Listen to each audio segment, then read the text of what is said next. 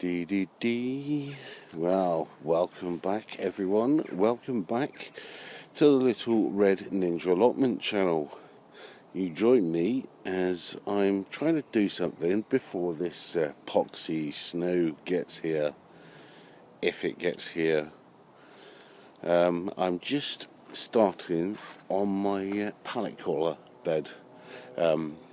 Just doing the black membrane around the pallet collar I put down just to protect it, well, make it last a few more years. Ideally, pallet collars on their own last about 10 years, but I want to make it last a whole lot longer than 10 years. And yeah, just finishing off putting this membrane down. Just got to tidy up a few edges and then that will be done. Mainly there so it's flush, and I'll also just take you around to the other side as well. And I've got a bit of an overhang. That there looks very untidy, so need to cut that off and straighten that edge, and then that will be ready for all that compost in the compost bin to go in there. But I'm also going to put in some other ingredients in there as well, which I'll show you later on in the video. That's if I start filling it up. But today's video is quite a lot of things. Things that I've done over winter, things that I've done after my illness that I had. And believe it or not, I've got another cold right now, which is really annoying. But I seem to be getting over it at the moment, which is a good thing. But let's crack on with today's video, which will be a multitude of things in today's video, which I hope you'll like. But please do smash that subscribe button and the like button as well. Thank you very much, and let's crack on with the video. Well, I've come back the day after it snowed, and as you can see, not much fell. Wow, probably about a couple of centimetres actually settled on the ground, but it's gone incredibly mild, and most of it has melted away. But in my previous video I did put up some buckets ready to catch some snow, and I've got some right here. I've got some that I've managed to get from other parts of the plot, namely next to the polytunnel. As you can see there's a little bit left, but that will be contaminated now. But I got mostly all clean. Those little bits I've dropped in myself, so I'll fish those out. And there is another bucket where the snow is nearly all melted. So what I will do with that, I'll stick in the polytunnel just to melt away, so it gets into the water state, and then it's ready to be bottled up, ready to be used. And I use it for my seedlings because it's really good stuff. It's better than water from your water butt, better water from your tap from outside your house or wherever, or even the internal taps you have in your kitchen and in your bathroom. This is probably the best water you can have for your seedlings. So I'll quickly stick that in the polytunnel to leave it and let it melt down, and then I'll crack on. But as the weather is really miserable at the moment, over here it is way too wet to do anything, so I will be sowing some seeds in today's video, and I'll show you a method that I use. There are a few methods, but this method that I use is pretty successful, especially if you've got very small seeds. So do hang around, and when I see you next, I'll be in the den sorting out my seeds, ready to show you. So let's crack on and get back to the den, get this in the polytunnel and crack on. Just before I head back to the den to start on some seeds, I've nearly finished sorting out plastic here, and there was one thing, I do apologise. In the previous video I said I would put a link in the description below about the benefits of snow collection, and I seem to have put the wrong video in the description below. So in this video I will probably try and get the right video in the description below. But let's get back, because it's starting to sleet again over here, so I want to crack on with showing you what I'm doing in today's video. So let's get out and get back and start on those seeds. So let's crack on. Now here we go. Right, back in the den, and as you can see, I've got quite a lot to sow. Not all of them will be sown, but the ones that I'm going to show you in today's video is one of the methods that I use, and I haven't used it for about 10 years, and when I did do it, it was quite successful. I had more vegetable plants of the varieties that I was sowing than I could shake a stick at. So hopefully it will work a treat again, and yes, those will be sown this week. More, I've already done a couple of basil, and I'm going to do another couple this week, so I'm going to go through all that after I've done the video and start sowing all that lot. But in today's video I'm going to show you the method that I use, and it is mainly on leafy green vegetables, and vegetables that need a lot of foliage. You know, you got your peas there, you got your spinach and your kale and peas, and your lettuces as well, and even your Swiss chard right at the very end there.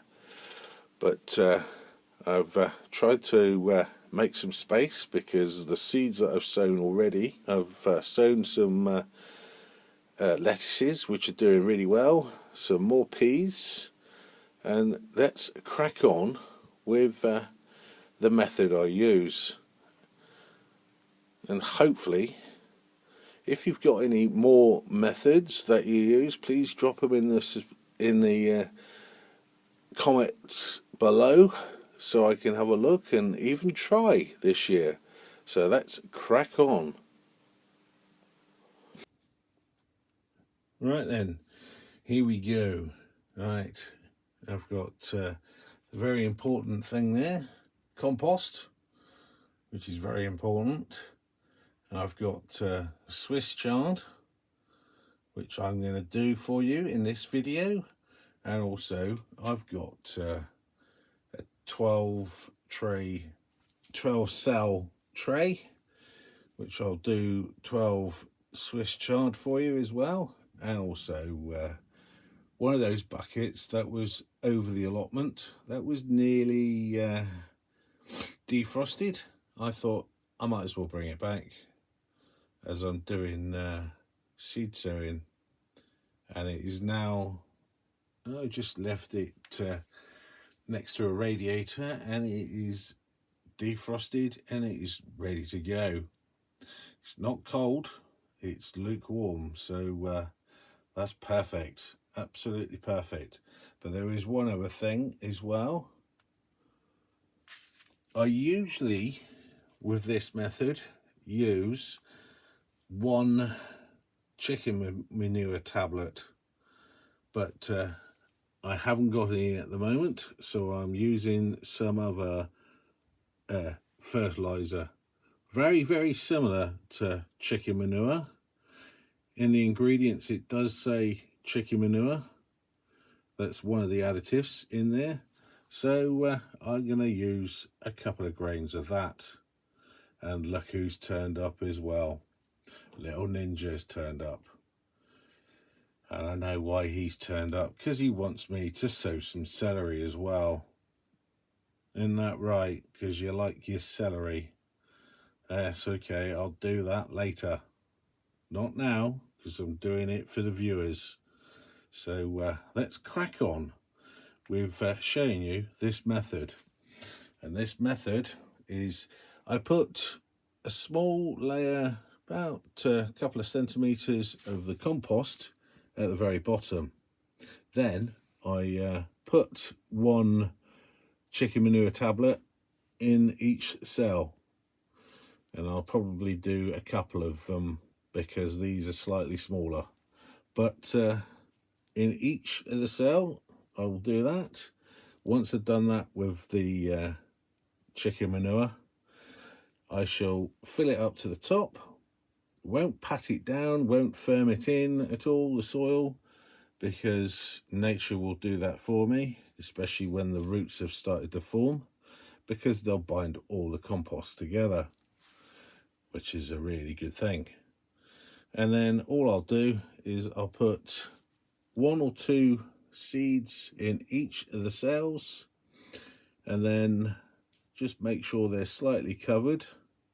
I won't put them in deep, I'll just put them just below the surface, and Bob's your uncle, it'll be done. So let's crack on with that, and I'll come back and show you the finished result. But if you're liking the video, please do say something in the comments below. Please do smash that like button, as well as the notification bell, and also the subscribe button. So let's crack on. Just to show you the bottom of the seed tray, as you can see there, right at the very bottom, all that chicken manure. And you need the chicken manure, especially if you're doing leafy greens and everything like that, because they need nitrogen, and this just gives them a very big boost, and it stops bugs and all sorts nibbling away at them, so they have a better chance of surviving. So let's fill it up and show you the finished article. So let's crack on. Now here we go. There's the seeds just on the surface, and all I'm going to do is I'm just going to use a dibber replacement and just put them a couple of centimeters down, and then just backfill. So pretty straightforward and pretty easy, really. And I do swear by this method. Not literally swear, but when I did it 10 years ago, I had one of the best leafy green years I've ever done. So I'm doing things that I used to do years and years ago, and they seem to be working. I did something I did from my granddad last year, and that absolutely blew my mind, sorry.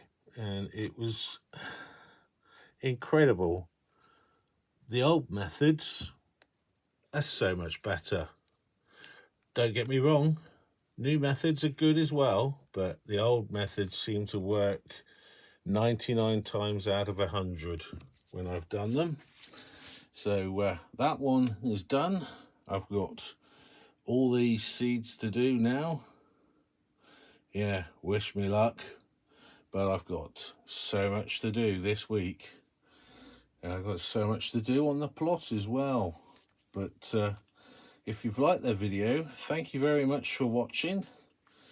I'm going to give this a bit of a water with that, and then stick it on a windowsill for the moment.